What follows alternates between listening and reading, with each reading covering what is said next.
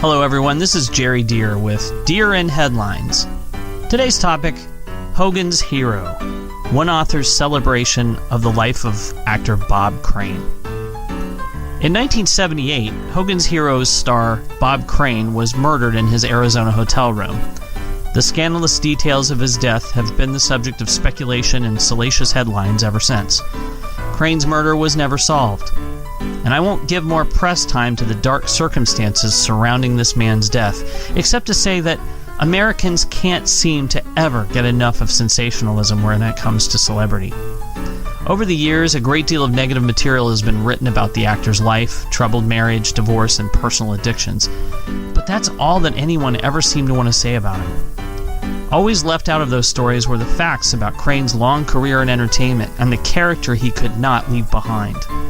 Barely spoken of were his level of commitment to his colleagues, to his children, and to the armed forces, to whom he felt a deep responsibility and connection through his Hogan's character, and his older brother Al, who was severely injured while serving in World War II.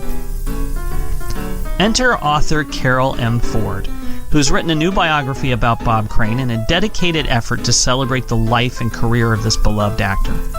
Her care and commitment to restoring this man's honor and humanity is nothing less than incredible.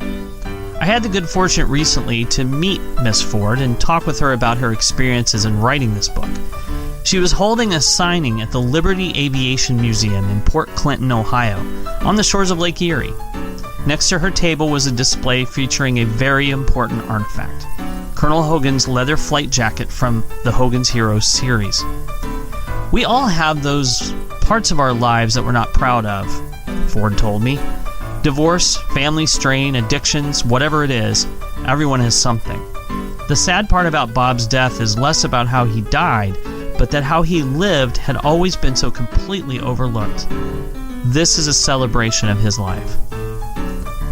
Ford's new book, Bob Crane, The Definitive Biography, is a fitting tribute to a man whose life is, to most fans, a blur between fact and fiction, where the focus has been for nearly 40 years only on his death. This book chronicles in great detail Crane's life as told by family members, friends, colleagues, and fans who had the good fortune to share a moment with him. Ford's research is impressive, having collected interviews from nearly 200 people who actually knew Bob Crane.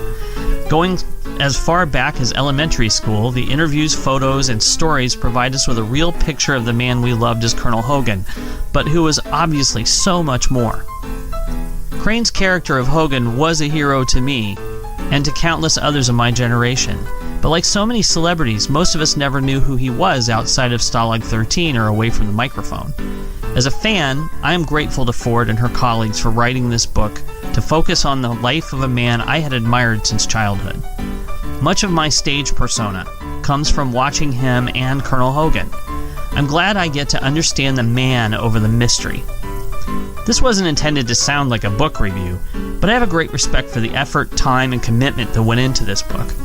As a fellow writer, I can't imagine the work, personal expense, and thoughtful insight that went into the attempt to capture the life of someone whose life was so full and still resonates today with all of those who knew him. You can find the book at Barnes & Noble, on Amazon, and at the website for the official campaign to have Bob Crane entered into the National Radio Hall of Fame. The website is voteforbobcrane.org. That's the number 4. I highly recommend the hardback version, filled with historical documents and more than 200 pictures and much more. So all of my thanks to Bob for his talent, and to Carol for hers. On an author's note, I strongly related to the idea of writing a positive celebrity's life story after they died in scandalous circumstances. A colleague and friend of mine, well known in the media, passed away suddenly after a long struggle with addiction and depression. The only things the media would write about seemed to be the negatives in her life and the circumstances surrounding her tragic death. I couldn't let that stand.